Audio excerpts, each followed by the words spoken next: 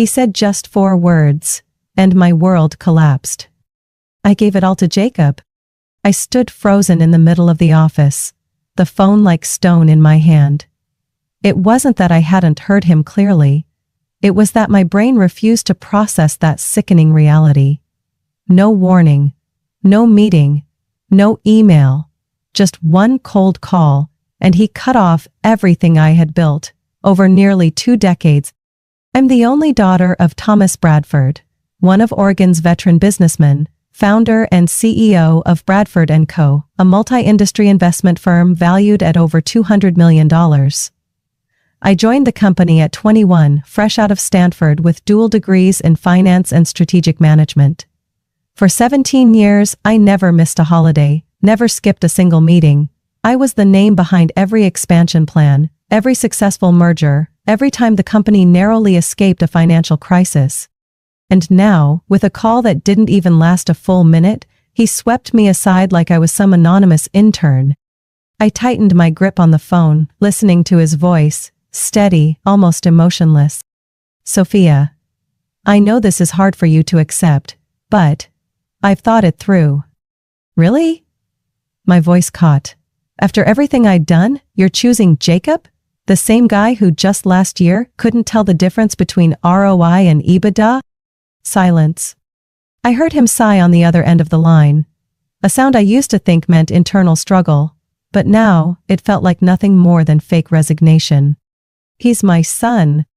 I let out a short, bitter laugh, not because it was funny, because the pain was too sharp to feel anything else.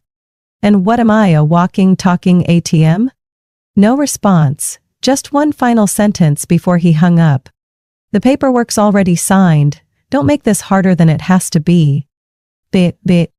I stared at the phone screen as if I stared long enough, it would all turn out to be some sick joke. And he'd call back to tell me I was still CEO. Still the heir to the company I sacrificed my entire youth to protect. But no. It was really over. I collapsed into the chair, eyes locked on the glass wall that faced downtown Portland. The city was still bustling, traffic crawling under golden fall trees, but to me, it was all fading away. While I'd been breaking my back balancing portfolios, restructuring branches, and battling cutthroat CEOs in the market, Jacob, my half-brother, had been partying at villas in the Bahamas, burning through the trust fund I spent years building. Not a single real day of work. Not an ounce of responsibility, just Instagram photos with wine, women, and million-dollar yachts. I used to think he spoiled Jacob out of guilt for neglecting him after the first divorce. But I never imagined there'd come a day when he'd trade me, the one who gave up everything for the company, for a chance to make up for lost time with his real son. And the worst part wasn't being pushed out. It was being betrayed by the very man who once taught me my first lesson about loyalty in business.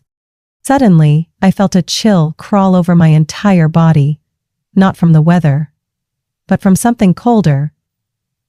That kind of cold that runs down your spine when you realize you've just been stabbed in the back with the very knife you thought symbolized your family.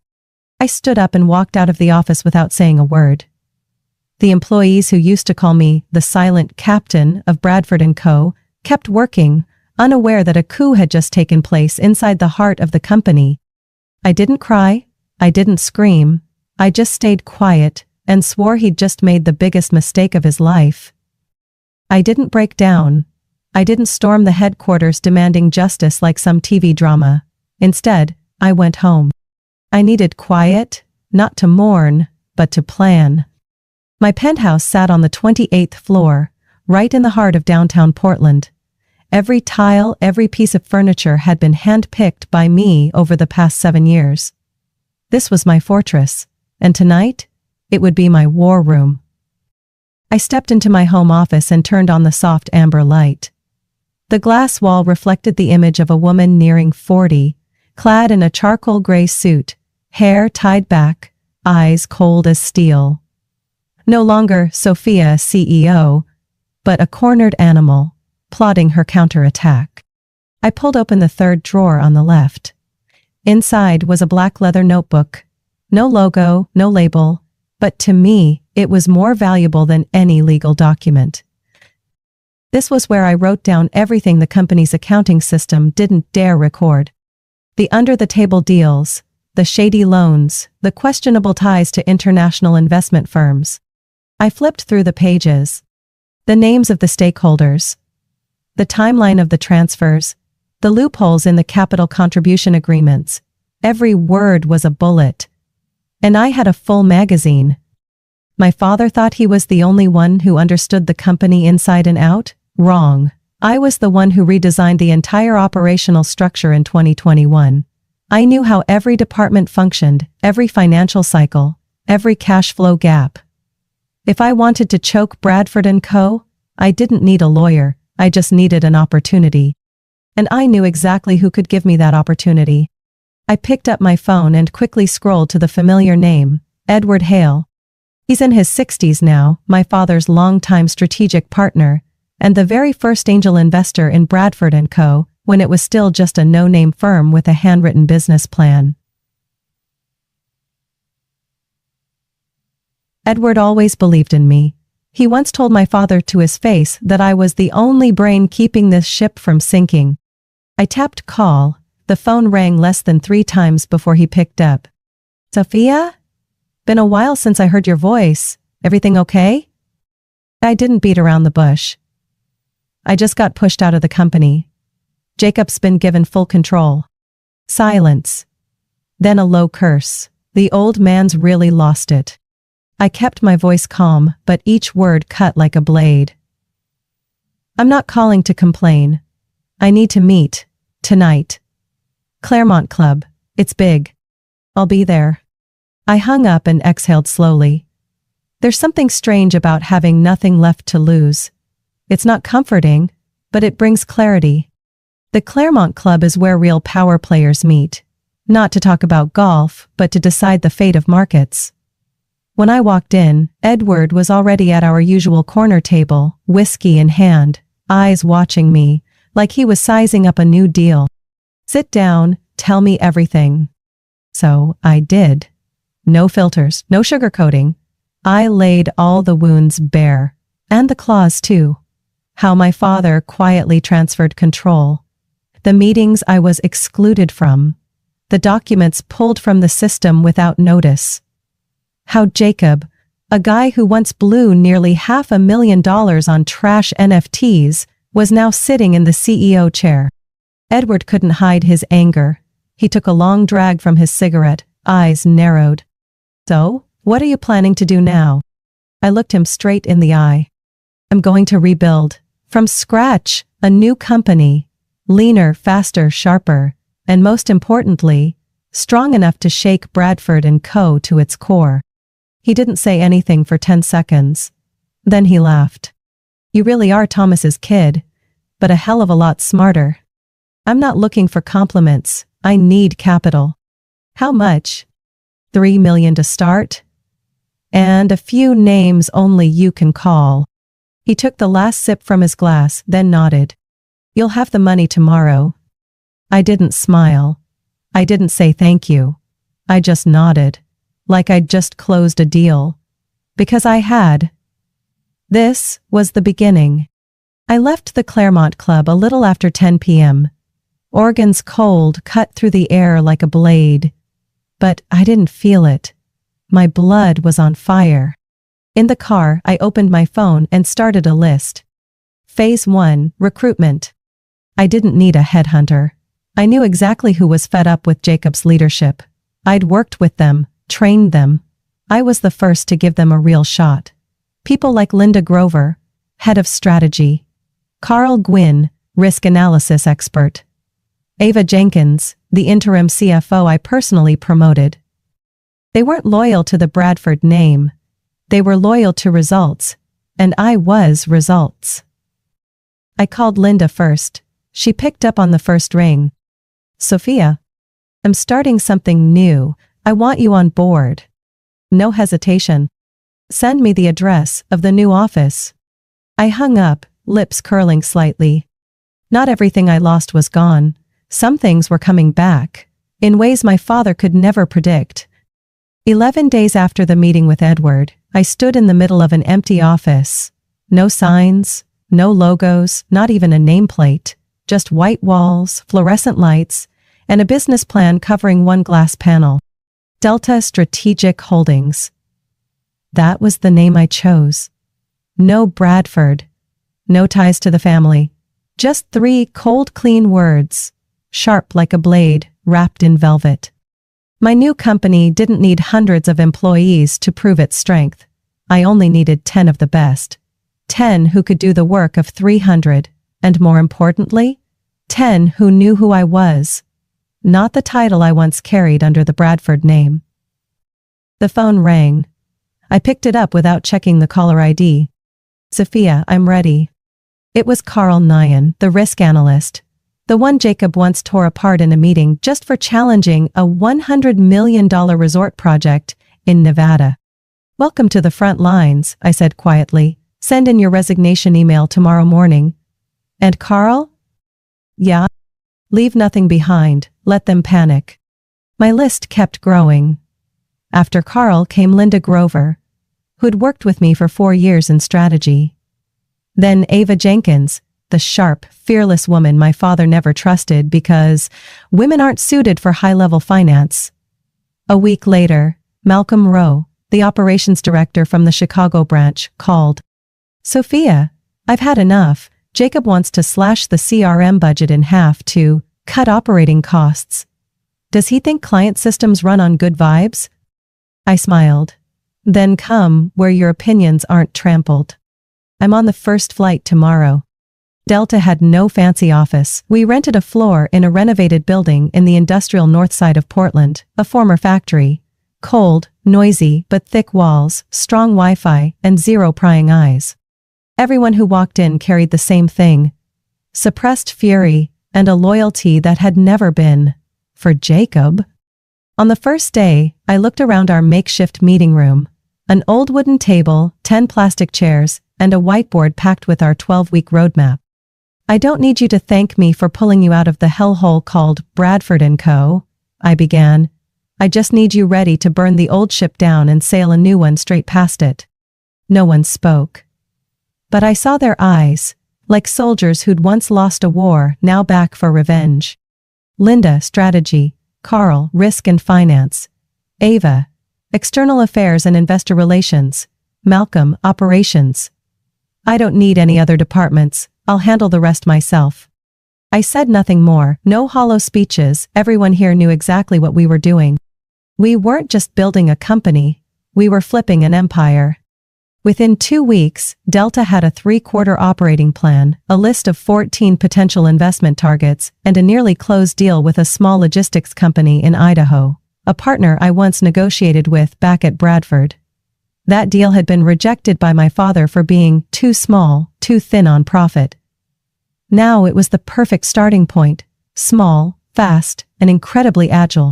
One rainy afternoon, Carl laid a report on my desk. They're burning through their budget, he said grimly. Jacob funneled nearly $10 million into a Canada expansion project without a proper logistics plan. Add that to last year's risky crypto fund investment. They're almost out of cash. I blinked, a slight smirk forming on my lips.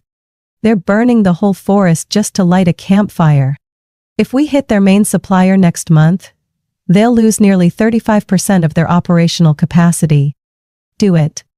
Carl nodded and walked out. I leaned back in my chair, staring up at the cold gray ceiling. Everything was falling into place. And the best part? I hadn't lifted a single knife.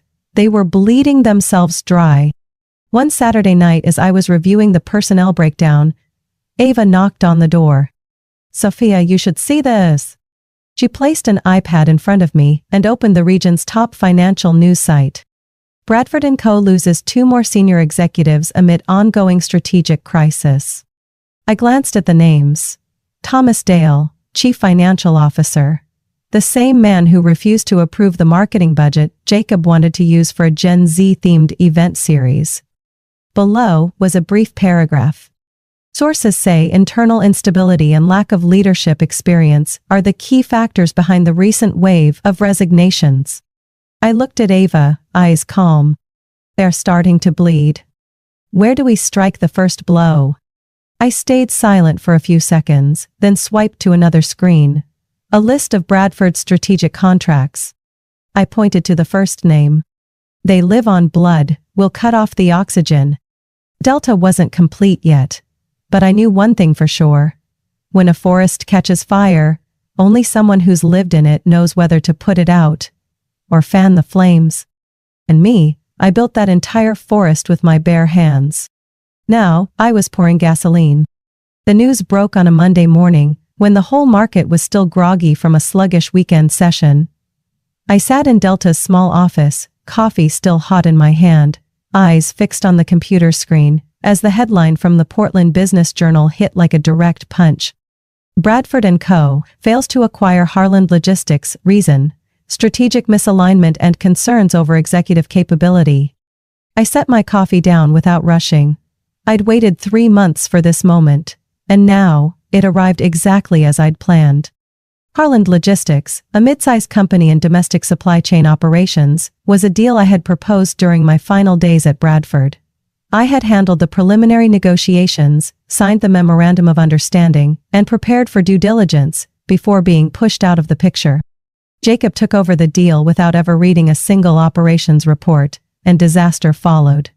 He was so overconfident, he proposed a take-it-or-leave-it acquisition term, cutting Harland's valuation by 15% in exchange for vague promises of international expansion. I knew Harland's founder, Michelle Evans, a sharp woman with zero tolerance for arrogance in business. When she called me 3 weeks ago, her voice was simple. "Sophia, I'm pulling out of talks with Bradford. I want to talk to you." We met that afternoon in a quiet bar on the outskirts of town. We didn't need to say much. One look, and she knew I understood long-term value. Not the type of CEO who throws money around to pretty up a quarterly report. We signed a strategic partnership. No press, no noise, just a quiet shift. But once the news broke, the financial world went into a frenzy. Within 48 hours, Bradford & Co.'s stock dropped 12%. Major investors like Fremont Capital and Northwood Holdings started questioning the executive board. A financial beacon analysis named Jacob directly as the lead negotiator and quoted an anonymous source. Jacob Bradford's overconfidence and lack of market understanding were the primary reasons Harland Logistics backed out of the deal. I read every line, feeling something indescribable crawl up my spine. Not joy. A colder kind of satisfaction. Like watching the man who pushed you off the cliff begin to slip off the edge himself. Linda stepped into the meeting room, a thick folder in hand. "We've got Bradford's operational problems here." Malcolm pulled enough from the old internal contacts. I flipped through the pages quickly. Outdated supply chain management system. Secondary suppliers left without contract renewals since Q2. Employee resignation rate at the Seattle branch hit 22% in the past 2 months. I looked up at Linda. They're walking a tightrope without knowing it's fraying. So what do we do now? I stood up and walked to the strategy board. With a red marker, I circled the phrase, indirect strike, operational imbalance. We start with the supply chain. Target their key supplier, Hawthorne Materials. They're 3/4 behind on payments, and we can use that as leverage. Carl knocked and stepped in, handing me a new report. "Sophia, I've got this. One of Bradford's investors just called me. They're worried. They want to meet the person who flipped Harland." I smiled faintly. No names needed. I already knew. Set the meeting. I'll show them what Bradford never could. Honesty and execution. 3 days later, I met Janet Monroe, investment director at Crescent Partners, a fund that owns 8% of Bradford's shares. Her office was on the 32nd floor of a black glass tower, yet inside it looked like an art studio. I understood the message. Creativity in strategy, but always watching from above. Janet got straight to the point. "I know you're the one behind the Harland deal, and I don't blame you. I just want to know, can Bradford recover?" I didn't pretend. I opened my tablet and showed her a chart of staff resignation rates, a comparison table of failed deals over the past 6 months. and short-term debt ratios that had doubled quarter over quarter. No, they won't recover. Because the man in charge doesn't understand what management means. He thinks being CEO is a title, not a responsibility. Janet stared at me. So, what do you want? I looked her straight in the eyes. I want to build a company that can replace Bradford, not copy it, surpass it. She said nothing, but I saw the shift in her eyes. No longer doubt, now, calculation. I'll be watching, and if what you say holds true, we'll consider reallocating funds. A message from Ava came in as I stepped out of the elevator. Jacob just called an emergency board meeting. Looks like the panic is real. I replied with just 3 words. Good, keep going. Because I hadn't struck directly. I was just pulling the strings. And they, the ones who thought I was a discarded pawn, were spiraling inside the maze they built themselves. And I was moving forward, preparing the next blow. That night, I was at the office, dim light from the desk lamp casting long shadows across the table, where a fresh partnership agreement with Marlowe Systems had just been signed. Ava had just left after a brief meeting. We'd won the bid for a project Bradford had chased for 4 months, and now, it was mine. My phone buzzed. The screen lit up with a name I once saw as a mountain too high to climb, now just a worn-out shadow. Thomas Bradford. I let it ring 4 times before I picked up. Sophia! His voice was lower, rough and shaky, like someone who'd just come out of a long illness. I leaned back in my chair, eyes on the glass wall ahead. Outside, Portland was soaked in cold night mist. Inside, I was about to speak to the man who had stabbed me in the back without a second thought. I thought I was off your contact list. Sophia, don't be like that. We need to talk. Still calling it talking? Sounds like you still don't get what's happening. He was silent. I heard a deep, heavy exhale. Let's meet. At the old office, tomorrow morning. I was ready to decline immediately, but then, I changed my mind. Fine, 6 a.m. I arrived 10 minutes early. The entrance to the once glimmering Bradford headquarters now felt as cold as a courtroom awaiting its verdict.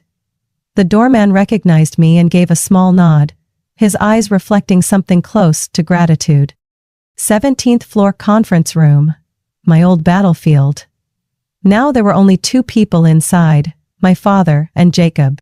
Thomas Bradford no longer resembled the invincible figure in my mind.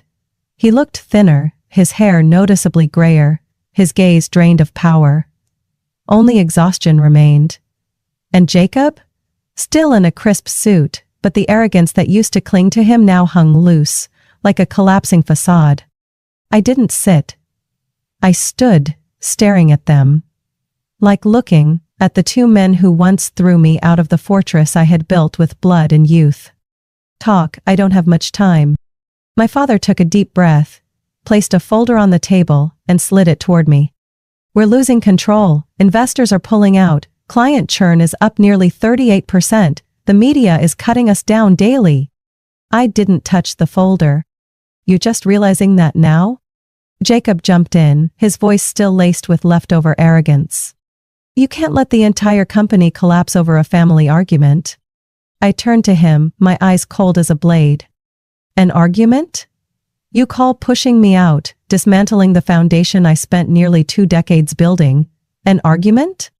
Jacob was speechless. My father slowly stood up. I was wrong. I admit it. I didn't trust you the way you deserved, but now, I need you. I laughed, a laugh with not a shred of humor. That line should have come a year ago, back when I still wanted to hear it. You're still part of Bradford. You're the lifeblood of this company. I stepped closer to the table, placed both hands on the glass, and looked him straight in the eyes. I'm not part of this company anymore. I'm the piece you cut off, like excess flesh. And now you want to reattach it, after it's grown into something else? Stronger, sharper, independent? Sorry. I'm no puppet. My father lowered his head. In that moment, he was no longer Thomas Bradford, the great founder, but a father who had chosen the wrong child. "If you don't come back, I'll lose everything," I replied coldly. "Then lose it. Every decision has a price, and this is when you pay." I turned and walked away without looking back. This time, I was the one who left the boardroom, and the closing door sounded like a final sentence. 2 weeks later, the financial world shook. Bradford & Co. files for Chapter 11 bankruptcy protection. I was sitting in my Delta office when Ava placed the printed article on my desk. "They've started selling off assets." "Where are they starting?" "The Venture Capital Division, Austin Branch, and the IT department." I nodded and picked up the phone.